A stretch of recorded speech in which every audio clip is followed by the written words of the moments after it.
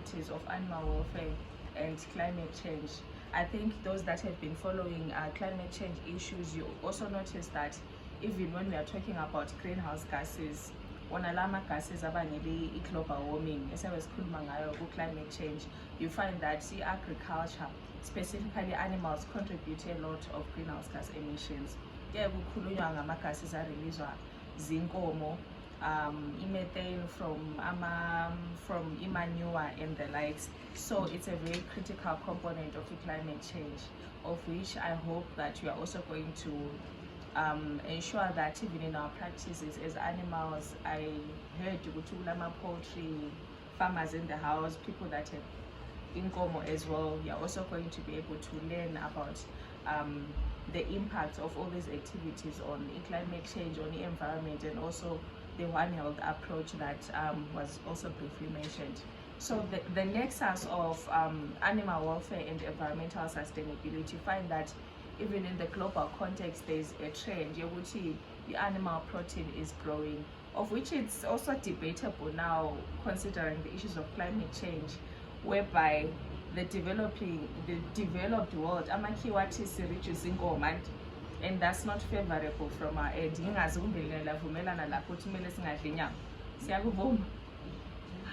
Yeah, I think it's very debatable. We should reduce the beef production because it's contributing to climate change, of which if you look at the African context, you find in as much as katesi, if allergies, you are eating everything, you are vegetables, you are eating everything, all kids, but you find that you still have deficiencies in your body. So what happens then? For the sake of our climate, let's reduce our meat consumption. You find maybe it's going to affect a lot of people health-wise, because already just short despite being a person order everything on allergies. So in the global context, you find that we are expecting animal protein demand to increase. It's going to increase by an estimated 70% in 2050 relative to what it was in 2005. So animal agriculture has also contributed to serious environmental challenges such as global climate change, reactive nitrogen emissions, and biodiversity loss, which is something that I had already touched on. So there are examples on environmental issues and their origins in animal agriculture, be it inkomo, be it inkukhu, be it pigs. So kulama gases, kulama particulate matter, particles that you find emoyeni. So particulate matter can cause animal, human, and ecosystem health concerns. You find these small particles, if they are in the air, they affect also our health as well. So it's really important in the workspaces where we keep our animals, we also consider issues to do with the air pollution, not only for the sake of our workers or people including yourself, the owner of the premises or the owner of the business. We also need to be considerate of issues to do with methane emissions, of which I have already touched on it. Methane, methane methane. Are we familiar with methane emissions? Are we? No. Yeah, our agricultural college, they are familiar with that. And here, so methane, greenhouse gas, and greenhouse gases, we are talking about gases that are contributing to global warming effects. So this is carbon emissions are increasing.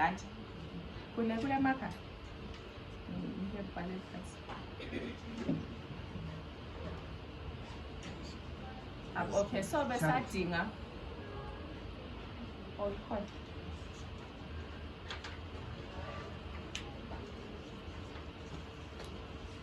so umuntu uyanhluza phuma sekwazi over climate change. First of all, global warming, anti siyayazi global warming. The concept of global warming sayizwisisa. Bichard. Khulumelani phezulu khona ngizezwa la. The concept of global warming sayizwisisa, climate change. Sayizwisisa. Ukhona ufuna uchasisela? Okay, let me answer briefly. So, yeah, okay. So, I sit in the earth, this is Earth, and then the Earth is surrounded by the atmosphere. The atmosphere lapho kulama gases aqhakathekileyo that are protecting us from UV radiation from the sun, and it's protecting us from harmful radiation from the sun. So now when heat and light is traveling from the sun, heat on the surface of the earth, and then we expect some of this heat to bounce back and escape into the atmosphere, right? So like I said, kulama gases la atmosphere, you can view it as a blanket and njengokuthi ingubo. So if kulama activities that are introducing more of these gases into the atmosphere, abo nitrogen, abo methane, abo carbon dioxide, you find with coconut this layer in the atmosphere also thickens. So these gases have the ability to trap more heat. If you are sitting there and someone keeps putting more blankets on you, it means you're getting warmer and warmer, right? So if we are producing more gases and releasing them into the atmosphere, it means that the atmosphere is now trapping more of the heat from the sun, which essentially causes an increase in temperatures in our planet. So maybe that's what we are feeling in the form of increased heat waves, which we are now experiencing a rise in temperatures. They figure 40 degrees these days because of the extreme heat that you are feeling. So in relation to animals, especially domestic animals, your cows, your chickens, your pigs and the likes, they are also contributing to methane production. That's where it stems the whole argument of saying we should reduce our beef consumption because of enteric fermentation in livestock. So Thank you. I think you come on farmers. Ithole protector njani ithina siphakathi laphana ithole nxa liphakathi laphana kuyini okuliprotectayo ukwenzela ukuthi ngama-farmers they will understand the language better. All right, okay. Yeah, I think touch on One Health as well. Yeah. But farmers, you can also feel free to interject, and then you also share from your experiences with how even climate change is not only affecting us but also affecting our animals as well. I think our dry spells, especially in our region, have affected a lot of farmers, which happen to be losing a lot of livestock because of lack of pastures, a lack of shortage in water as well. And then in the zoonotic diseases as well. I hear there's a doctor in the house. Zoonotic diseases are also increasing, and it's related to issues to do with climate change as well. So kulama gases lawana that I was talking about, ammonia, volatile organic compounds, and then eutrophication as well. So we need to also take into consideration all these issues, especially with the eutrophication. You might think, but you find that some of those nutrients find their way into water bodies, and they affect our water bodies. So there are a lot of issues that we need to consider when we are talking about the animal welfare in relation to our environment, in relation to our climate as well, which brings me to the concept of One Health approach, which is an integrated, unifying approach that aims to sustainably balance and optimize the health of people, animals, and ecosystems. Uchilo MC, which we are all animals. We are all animals, and it's also important which as humans we also consider the welfare of animals, our domestic animals, our wildlife, in relation to ecosystem, because we are part of that ecosystem. And in as much as we are different, which maybe Ubuntu speaks a different language from other animals, what's one thing that I'm sure is very common is that we share our planet. So on this planet, and there are a number of intersectionalities that we need to explore to ensure that okwenziwa ngomuntu is not negatively impacting animals. What is being done to animals is not also affecting ecosystem health as well. There's another interesting thing, Mr. Zaita, I'm sure you know this. I think it was before, I'm not sure, before 1997, the agricultural sector in Zimbabwe was a carbon sink, which means the agricultural sector in Zimbabwe was helping to fight climate change because it was absorbing excess gases lawana tesikhuluma ngawo. But khathesi the agricultural sector is actually a contributor to gases that are causing climate change. Like one in the farmers. Khathesi essentially contribute. It has a contributor to our gases that are propelling climate change. But before, the agricultural sector was also helping because of how we were taking care of the ecosystem, and doing our farming sustainably. I think this is because now we are pushing more, we are actually framing our activities around the issues of profit making. Like in the battery cages on which you can pile as many as possible for the sake of profit, but neglecting the health of our hens, which is something that is very bad, and we need to find ways in which we can sustainably do our farming, send them a profit, but at the same time consider the health of our animals and consider the health of our ecosystem as well. So One Health approach also recognizes that the health of humans, domestic and wild animals, plants, and the wider environment, including the ecosystem, are closely linked and interdependent. One Health can help to address the full spectrum of disease control, from prevention to detection, preparedness, response and management, and contribute to the global health security. So I think, especially with issues to do with zoonotic diseases, with the advent of COVID-19, it's because of farmer meat markets in China, our universities, because of their interactions with etc. So we need to definitely really think about it deeply in terms of our activities in poultry farming, be it in livestock, beef production.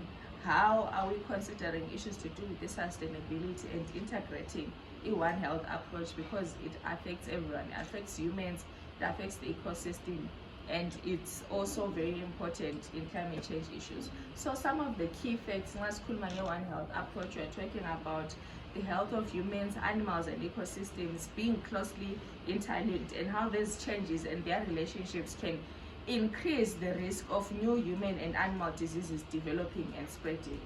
Ngabo Ebola, and then recently kule avian flu in South Africa, which is affecting the availability of eggs as well. So some of these diseases are spreading, and it's also linked to the globalization of how something can not be contained. It's difficult to contain something.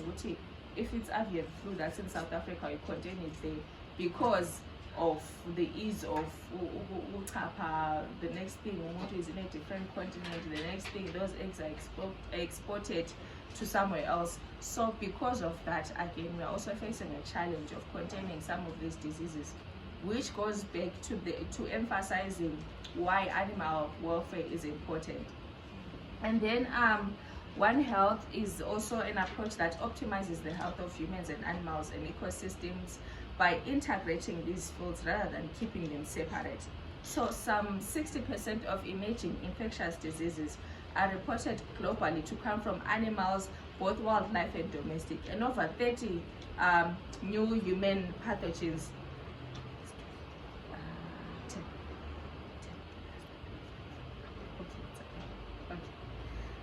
Human activities and stressed ecosystems have created new opportunities for diseases. So ama-farmers ziqakathekile kakhulu because nxa lingayekela ukunanzelela especially on i-animal welfare it means ukuthi lizasibulala sonke.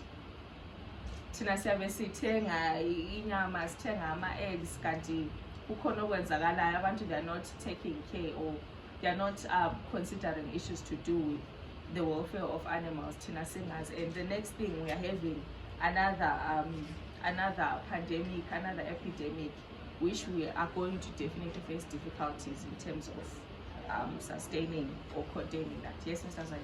No, I wanted just to say the reason why we are actually facing some of these challenges is that we are using more chemicals instead of using organic like in farming.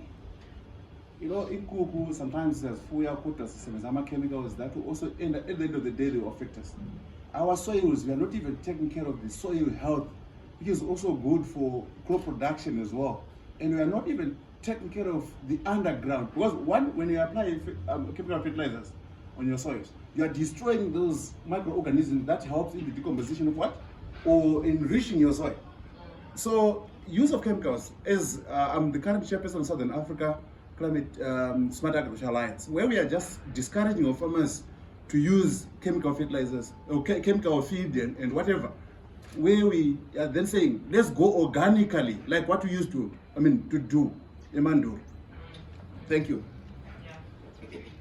So I think as my farmers, it's very important to also consider what our animals, how are we treating them, what are we feeding those animals, how are we disposing manure, how are we also, procedures on living with regards to slaughtering as well, procedures on allow, how are we going about them. I think in Europe it's a trend which you are told maybe eggs are labeled free range, stress-free hens. And eggs are more than your regular eggs, maybe a cage system.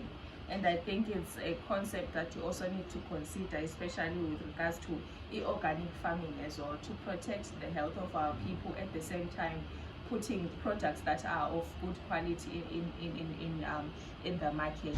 So I think we will try and say 5 minutes says Pela. So those that would like to know more in you can also email me as well. So